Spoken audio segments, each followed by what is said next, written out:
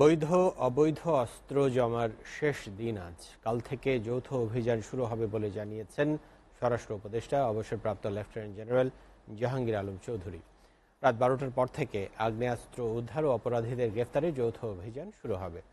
সকালে সচিবালয়ে দেশের আইনশৃঙ্খলা পরিস্থিতি কিভাবে উন্নত করা যায় তা নিয়ে আলোচনা সভা করা হয় আইনশৃঙ্খলা সংক্রান্ত উপদেষ্টা পরিষদ কমিটির প্রথম বৈঠকে। স্বরাষ্ট্র উপদেষ্টা জাহাঙ্গীর আলম চৌধুরীর সভাপতিত্বে অনুষ্ঠিত বৈঠকে মাদক নিয়ন্ত্রণ, দুর্গাপূজা এবং মিয়ানমার সীমান্ত পরিস্থিতি নিয়ে আলোচনা হয়। বৈঠক শেষে স্বরাষ্ট্র উপদেষ্টা সাংবাদিকদের বলেন, মাদকের গডফাদারদের নিয়ন্ত্রণে উদ্যোগ নেওয়া হবে।